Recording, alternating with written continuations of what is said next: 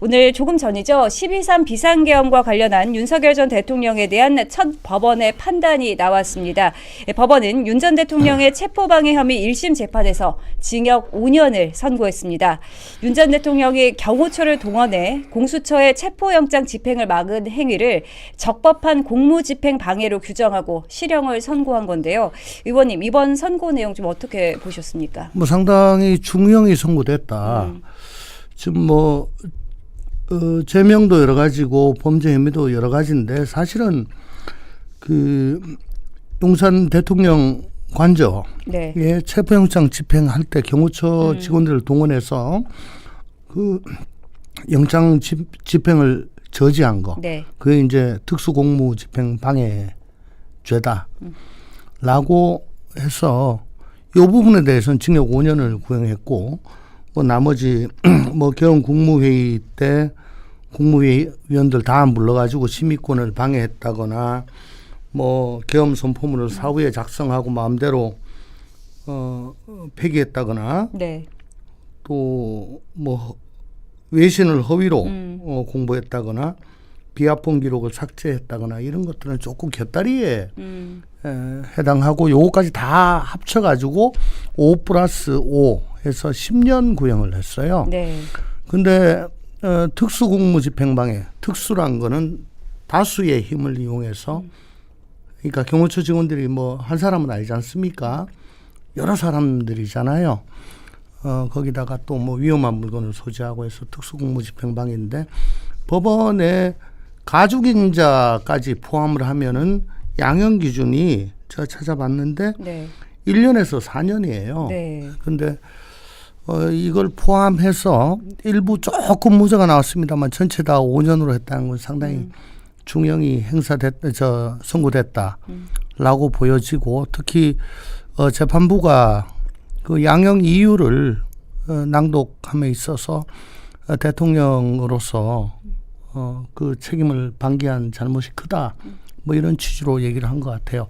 근데 여기서 하나 좀 말씀드리고 싶은 거는 과연 이 공수처의 대통령의 내란죄에 대해서 수사권이 있느냐?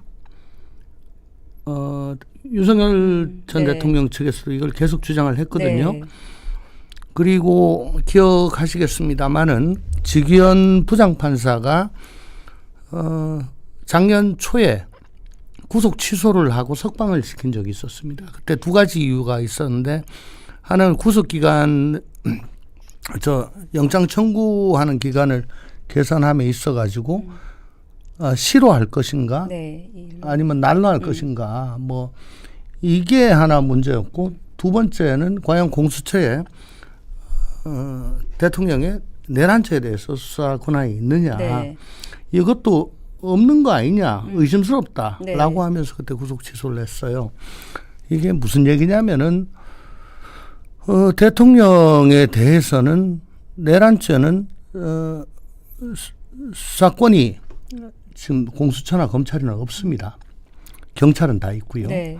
근데 공수처는 무슨 논리로 했냐면은 수사권이 있는 직권남용, 대통령의 직권남용과 직접 관련된 범죄로서 내란죄를 수사했다. 네. 그래서 체포영장을 청구했다. 네. 그래서 발부된 적법한 영장을 가지고 집행하려고 하는데 공무집행을 방해했다. 이런 논리거든요. 네. 근데 이 내란죄와 직접 관련 범죄로서 직권남용과 직접 관련된 범죄로서 내란죄에 대해서 체포영장을 청구한 건데 이 전제가 되는 네.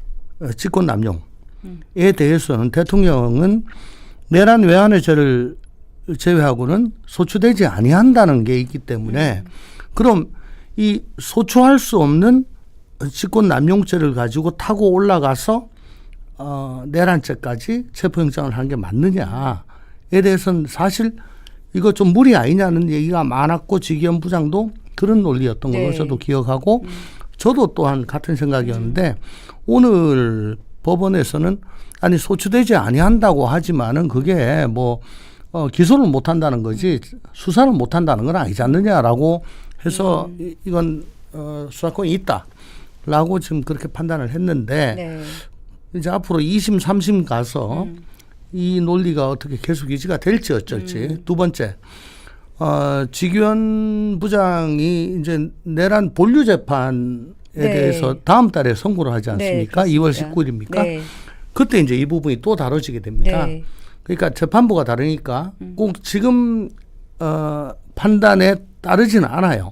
거기는 거기대로 하는데, 그러면 지규현 부장이 그 재판부가 과거 구속 취소 결정을 했을 때 그 판단과 지금 판단이 달라졌을까, 계속 갈까? 그게 또 하나 관전 포인트고, 네. 마지막으로 말씀드린다면은 최근 민주당이 탄핵 이후에 대법원장을 뭐 그냥 동네 강아지 부르듯이 하고 뭐 조롱하고 비하하고 사법부를 마음대로 지금 주무르고 있지 않습니까? 법원 행정처장 천대엽처장이 이임사를 통해 가지고 아니 사법 개혁을 하는데 사법부 구성원의 의견을 묻지 않고 마음대로 한 적은 없었다라고 하소연을 했어요. 지금 이제 곧 뭐 대법관 정원 늘리는 거, 그 다음에 재판 소원을 도입하는 법 개정 뭐 이런 걸 하겠다고 지금 공언을 하고 있잖아요. 너무 몰아붙이다 보니까 법원이 이제는 한글을 포기한 거 아닌가. 이제 법원마저도 알아서 맞춰주는 거 아닌가. 만약에 민주당이나 정권 혹은 그 강성 지지자들의 바람과 다른 판결을 했을 경우에 조희대 지기현에게 쏟아지는 그 비난의 화살을 자기가 맞게 될 거 아닌가. 그래서 스스로 누워버리는 게 아닌가 하는 그런 불안감은 듭니다. 사실은 지기현 부장이 요 몇 주 전에 서해 공무원 피살 사건에 대해서 박지원 전 국정원장 등 서훈 국정원장 등 5명에 대해서 모두 무죄를 선고했거든요. 네. 그런 걸 보면서 이거 이제 법원도 정권의 눈치를 보는가? 라고 저는 사실 지금 이제 의심을 하기 시작했습니다. 네. 근데 오늘 판결이 또 이렇게 깔끔하게 좀 떨어지니까 정말 그런 건가? 이제 앞으로 판결들 더 계속 나올 거거든요. 그걸 좀 지켜봐야 되는데, 만약에 법원이 이제 주눅이 들어서 권력에 정권의 비위를 맞추고 입맛에 맞춘다라는 판단이 들면 이제 뭐 이 대한민국은 더 이상 법치 국가도 아니고 민주주의 국가도 아니고 뭐 말 그대로 힘 있는 집권 세력은 죄가 있어도 처벌을 받지 않고 그 반대쪽에 서 있는 사람들은 그냥 오롯이 칼날 위에서 발발 떨어야 되는 그런 세상으로 될 겁니다. 조금 더 지켜봐야 되겠습니다만 굉장히 불안합니다. 네, 굉장히 불안하다 이렇게 말씀해 주셨고, 정권이 재판부를 너무 몰아붙이고 있다 이렇게 말씀을 해 주셨습니다. 재판 선고 직후 윤 전 대통령 측 변호인단이 이제 정치화된 판결이라면서 강력하게 유감을 표했습니다. 그러면서 항소할 방침을 밝혔는데요. 아까 전에 말씀하셨듯이 2심이나 앞으로 추 3심에서 어떤 판결이 날지 좀 궁금하고요. 또 항소심은 또 내란 전담 재판부에 배당이 되는 건지 이것도 좀 궁금하거든요. 그렇겠죠. 내란 전담 재판부에 배당이 되겠죠.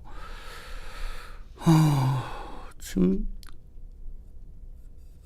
오늘 이제 지금 벌써 통과가 됐나요? 제2차 종합특검에 의하면은 예외 없이 재판 중계를 하는 걸로 되어 있습니다. 오늘도 중계를 했죠. 그 선고는 뭐 중계될 수가 있습니다만은 심리 과정을 중계하는 거는 사실 여론 재판을 도모하는 그런 측면이 커요. 지기현 재판장이 뭐 침대 재판을 한다, 뭐 개그 재판한다, 만담 재판한다. 아니 재판장이 자기 스타일대로 끌고 가는데 거기에 대해서 하나하나 비난을 하고 그렇게 하면은 저 판사도 사람인데 왜 신경 안 쓰겠습니까? 그걸 낱낱이 노출시켜 가지고 재판부를 굉장히 여론으로부터 독립을 확고하게 보장받아야 되는데 지금 여론에 노출되게 만드는 그런 상황입니다. 그래서 항소심도 뭐 어느 정도 재판 공개를 할지 모르겠는데 공개하고 계속 뭐 대법관 증언한다 그러고 뭐 재판 소원 허용하는 쪽으로 법 개정을 한다 그러고 법 왜곡죄 만든다 그러고 뭐 이런 식으로 사법부를 계속 공격할 경우에는 아마 사법부가 버텨내기가 좀 쉽지 않을 것 같아서 네. 제가 걱정스럽다는 말씀 계속 드리는 겁니다. 뭐 2심 항소심과 상고심 어떻게 될지 그건 뭐 제가 말씀드린 그런 공수처의 수사권에 대해서 어떻게 판단을 하느냐 이 사건은 그게 관점인 것 같습니다. 네. 그리고 재판부가 이제 오늘 판결하면서 윤 전 대통령이 반성이 없다 이렇게 지적을 하기도 했습니다. 앞으로 재판에서 그렇다면 이제 반성 여부가 재판 결과에 좀 영향을 미칠까 이것도 좀 궁금하거든요. 양형 인자 중에 유리한 인자와 불리한 인자가 있는데 거기에 범죄 반성 여부가 들어갑니다. 네. 그러니까 깎아줄 게 없다 이런 얘기입니다. 예, 깎아줄 게 없다. 그러니까 중형을 선고할 수밖에 없다. 뭐 그런 얘기죠. 뭐 반성해라가 아니고 이렇게 중형을 선고하게 된 건 자업자득이다 이런 얘기인 것 같습니다. 예. 네. 또 아까 전에 말씀하셨듯이 다음 달 19일로 예정된 이 내란 우두머리 혐의 사건 1심 재판 선고에도 좀 적지 않은 영향을 미칠 것으로 보이는데요. 이 점은 좀 어떻게 보십니까? 그러니까 가장 중요한 건 아까도 말씀드렸다시피 그 사건에도 이 공수처의 수사권에 대한 판단 이 수사권이 없는 걸로 되면은 이 수사 자체가 불법으로 되고 그러면 자칫 공소기각이 날 수도 있어요. 그게 가장 중요한 거고 두 번째 그리고 뭐 그 사건은 이 사건하고는 좀 다릅니다. 그 사건은 완전히 본류죠. 네. 그러니까 12월 3일 날 비상계엄을 선포하고 국회에 군병력을 투입하고 선관위 전산실에 들어가서 떠들어보고 뭐 이렇게 했던 것들이 저번에도 말씀드렸다시피 그러면 과연 이게 국헌문란을 목적으로 하는 폭동이냐에 대해서 이제 전면적인 판단을 할 겁니다. 그거는 이 사건하고는 오늘 선고된 사건하고 상관이 없어요. 그렇지만 공통적으로 그 뿌리가 공수처에 수사권이 있느냐 없느냐 그거는 영향을 미치겠죠. 어쨌든 굉장히 오늘 엄한 중형이 내려졌기 때문에 그 기조가 유지가 된다면 2월 19일 날 내란 본류 사건 1심 선고에서도 굉장한 중형, 최소한 무기 정도는 선고되리라고 봅니다. 네, 오늘 체포 방해 혐의 1심 선고에서 윤석열 전 대통령에 대해 징역 5년이 나왔습니다. 바로 항소할 것으로 보이는 만큼 앞으로 또 어떻게 흘러갈지 좀 지켜봐야 할 사항인 것 같습니다.